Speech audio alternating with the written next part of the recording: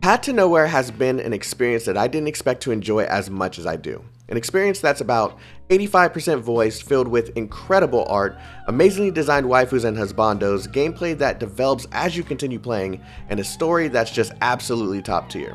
Something you definitely wouldn't expect from a studio that you've never heard of. Today, I want to talk to you about why you should be playing Path to Nowhere while it's still early. Path to Nowhere is a story from the perspective of the new chief of the Minos Bureau of Crisis Control, and early on you learn that it's your job to take control of the criminals called sinners who hold special abilities and wreak havoc upon this city. When I say this story is top tier, I absolutely mean it. The story starts from a very interesting perspective and only ramps up from there. At the point of recording this video, I've just completed chapter 4 and man, I just can't stop saying that this story is fantastic. It wouldn't be a good story without highs that excite you and lows that make you feel for the sinners within the game. There are side stories from the perspective of interrogating the sinners, and this makes you love, hate, and build an attachment for the various sinners within the game. These interrogations give you more into their backstory and why they are who they are, and sometimes moves from the interrogation room into the world so that you can see more about what makes this character tick.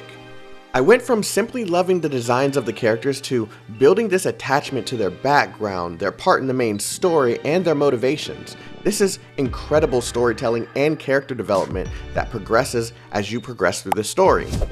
The combat is simple at first glance, but as things get harder, you're required to learn about the character's abilities, their part on the battlefield, how to get the most DPS, healing, or crowd control out of the center that you're using.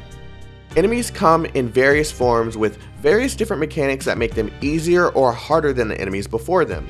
The boss fights are very interesting and usually require you to figure out what's making them so strong and ways to crush their core to get the most DPS on them. While this sounds cool and all, it's the ability to move your centers after their initial placement that adds an extra layer of depth to the combat. You have a limit to how much they can be moved, but this adds mechanics to each character to make them very different from each other.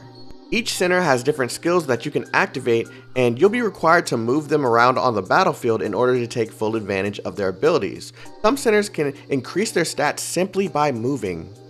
Trust me, there's so much here that I feel this is a must try, and the worst case scenario is that you don't like what you're playing and you can just put it down, but I feel like you would be doing yourself a disjustice by not playing the game at all.